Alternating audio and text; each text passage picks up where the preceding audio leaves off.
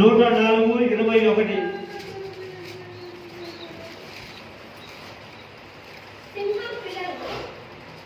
ఇగో మనము మనుషుల వైపు చూసి చేయి చాపకూడదు.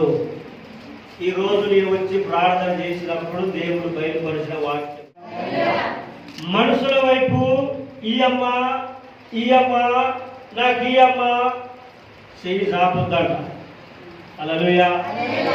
మీరు బాధపడ్డా, మీ లోపల నొచ్చుకున్నా, ఏమనుకున్నా మాకు సంబంధం లేదు. హల్లెలూయా. దేవుడు చెప్పిన వాక్యాన్ని ఇక్కడ చెప్తే వారికి తాగుతుంది. పరిశుద్ధాత్మ దేవుడు వారితో మాట్లాడతాడు, వారికి విడుదల కలిగిస్తాడు. హల్లెలూయా. వారి లోపల సమాధానం కలగజేస్తాడు. ఇప్పుడు దేవుడి వైపు చూడకూడదు, మనుషుల వైపు. ఎవరి వైపు చూడకూడదు, ఎవరి వైపు చూడకూడదు, ఎవరి వైపు చేతులు సాధకూడదు, ఎవరి వైపు చేతులు సాధకూడదు. మరి ఎవరి వైపు చేతులు సాసాలి, ఎవరి వైపు చేతులు చాపాలి? దేవుని వైపు. హల్లెలూయా. ఇప్పుడు చదవండి 104:21. సింహము పిల్లలు వేట కొరకు గర్జించుచున్నవి, తమ ఆహారమును ఎవరి చేతిలో నుంచి తీసుకొని కోరుతున్నాయి? ఏంటివి?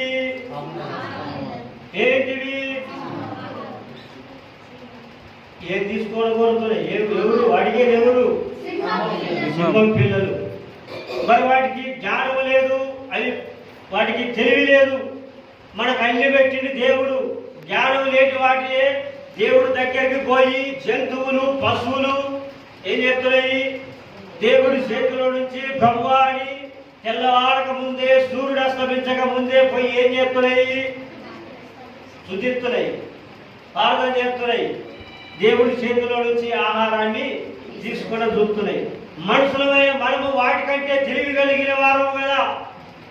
వాటికి లేని తెలివి, బుద్ధి, జ్ఞానం మనకు దేవుడు పెట్టిండు కదా. మనం ఎందుకు దేవుడిని అడగలేకపోతున్నాం? హల్లెలూయా. హల్లెలూయా. మనం దేవుడిని అడగాల కదా.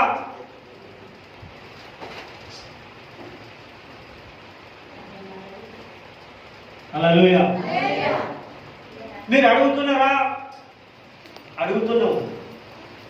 మా ఎదురింటాయండి, మా పక్కింటాయండి, మా ఎదురింటాయండి, మా ముందింటాయండి అడుగుతున్నాం. హల్లెలూయా. అడుగుతున్నాం. ఎవరిని అడుగుతున్నారు మీరు?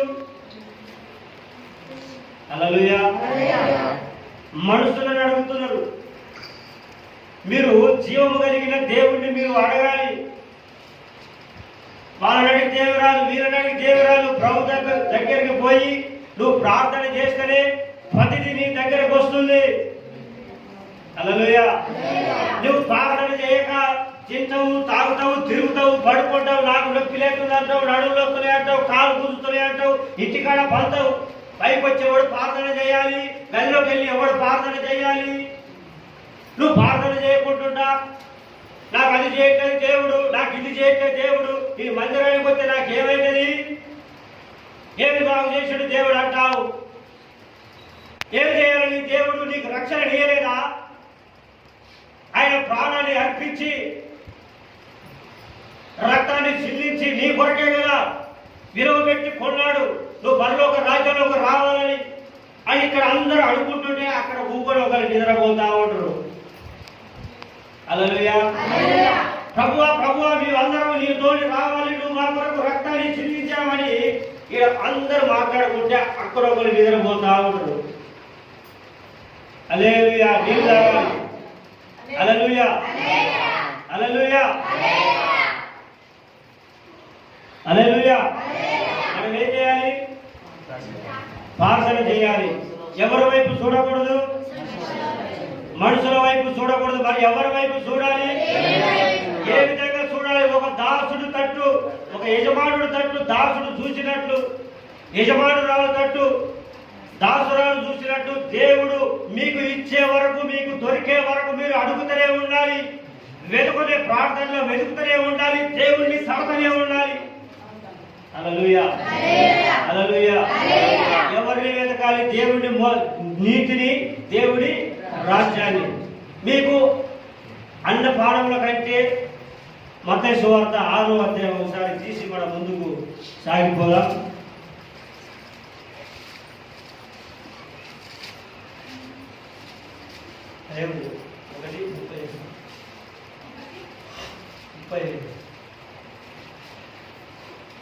మత్తయి సువార్త 6వ అధ్యాయం 25వ వాక్యం. అందువలన నేను మీతో చెప్పుడదేమనగా, ఏమి తిందుమో, ఏమి తాగుదుమో, ఏమి ధరించుకుందుమో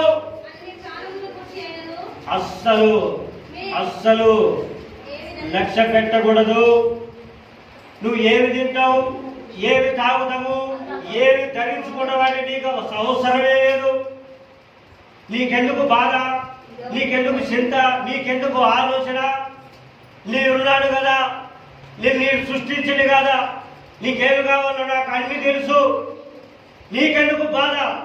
నువ్వు నా నీతిని, నా రాజ్యాన్ని వెతకాలి. కొంతమందికి అయితే హల్లెలూయా, హల్లెలూయా.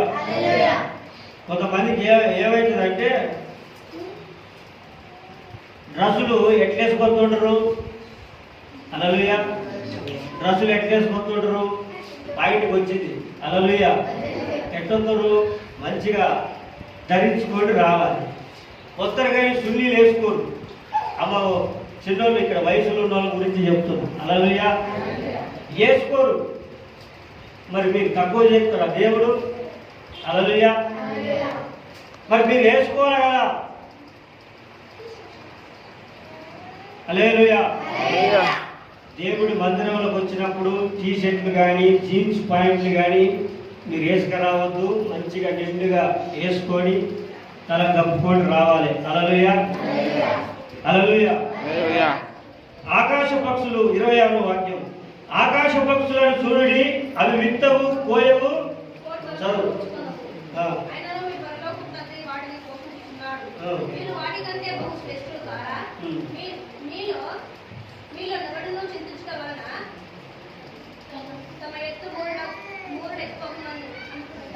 అంతే, అదే.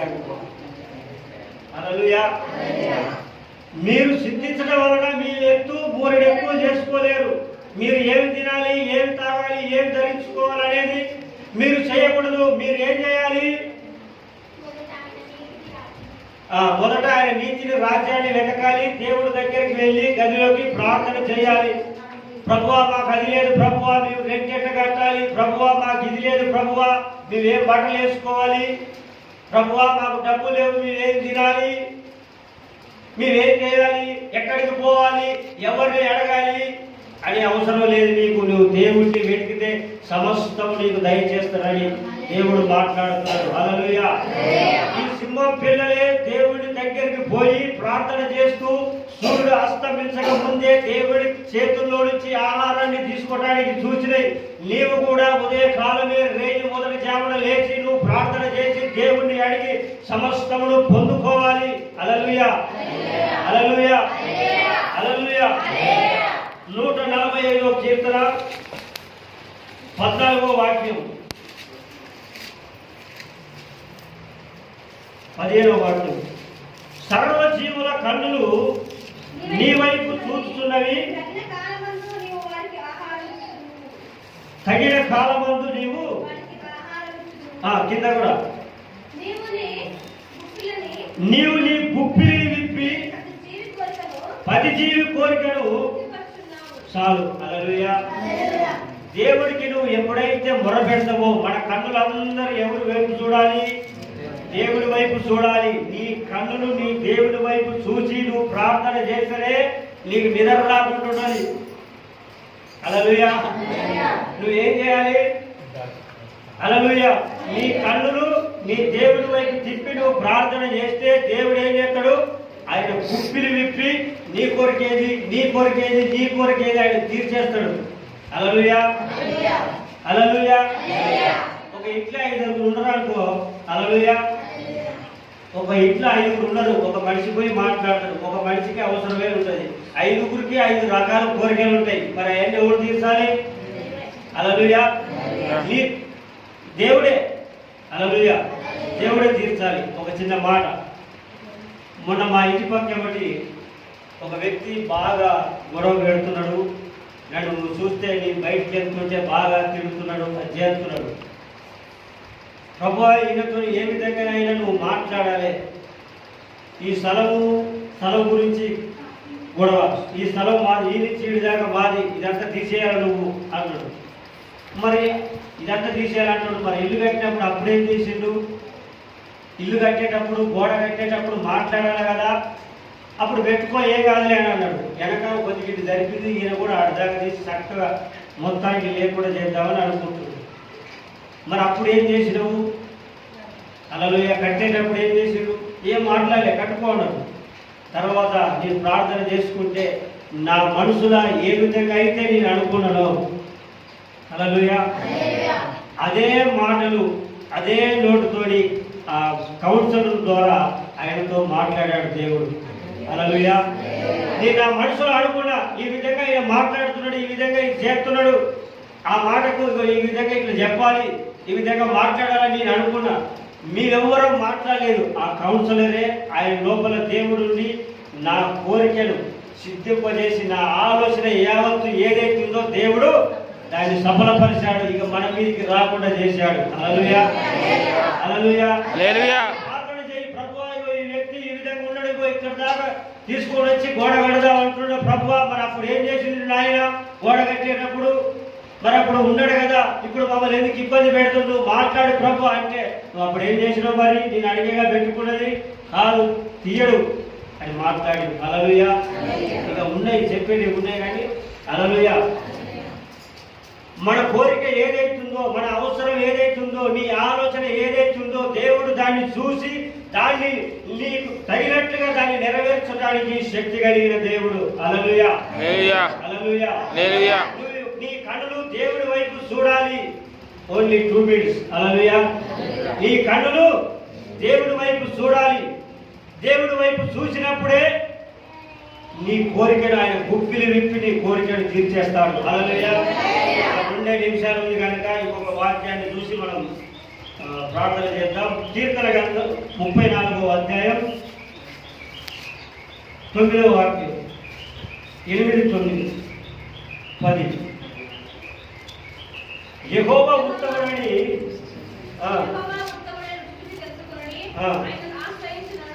దేవుడిని రుచి చూసి తెలుసుకోవాలి. కూరని ఏ విధంగా రుచి చూసి తెలుసుకుంటారో దేవుడి గుణములు, దేవుడి కార్యాలు, దేవుడి అద్భుతాలు నీవు తెలుసుకోవాలి.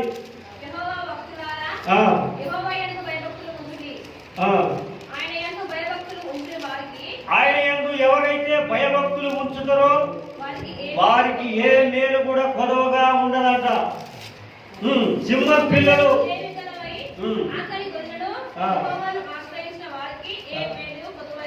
చాలు. హల్లెలూయా.